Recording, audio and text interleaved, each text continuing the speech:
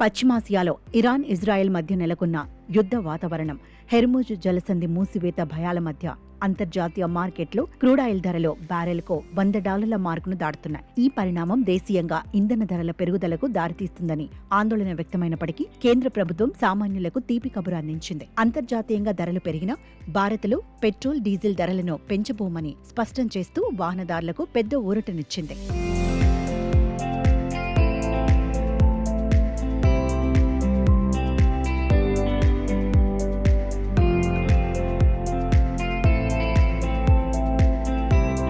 పెరిగిన ముడి చమురు ధరల భారం ప్రజలపై పడకుండా ఉండటానికి ఆయిల్ మార్కెటింగ్ కంపెనీలో ఆ నష్టాలను తాత్కాలికంగా భరించాలని కేంద్రం కీలక ఆదేశాలు జారీ చేసింది. ప్రస్తుతం దేశంలో ఇంధన నిల్వలు పుష్కలంగా ఉన్నాయని, ముడి చమురు 25 రోజులకు, రిఫైన్డ్ ఇంధనాలు మరో 25 రోజులకు సరిపడా అందుబాటులో ఉన్నాయని ప్రభుత్వం తెలిపింది. రష్యా వంటి ఇతర దేశాల నుండి దిగుమతులు యథావిధిగా సాగుతుండటంతో రాబోయే 8 వారాల వరకు సరఫరాలో ఎటువంటి ఆటంకాలు ఉండబోవని భరోసా ఇచ్చింది.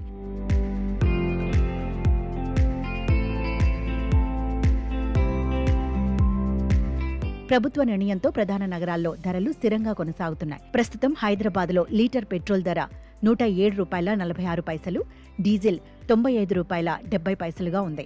దేశ రాజధాని న్యూఢిల్లీలో పెట్రోల్ $94.72, డీజిల్ $87.62 కాగా ముంబైలో పెట్రోల్ $103.54, డీజిల్ $90.03 వద్ద కొనసాగుతున్నాయి. ప్రపంచ మార్కెట్లలో అనిశ్చితి ఉన్నప్పటికీ దేశీయంగా సామాన్యుడి జేబుకు చిల్లు పడకుండా కేంద్రం తీసుకున్న ఈ చర్య ప్రాధాన్యత సంతరించుకుంది.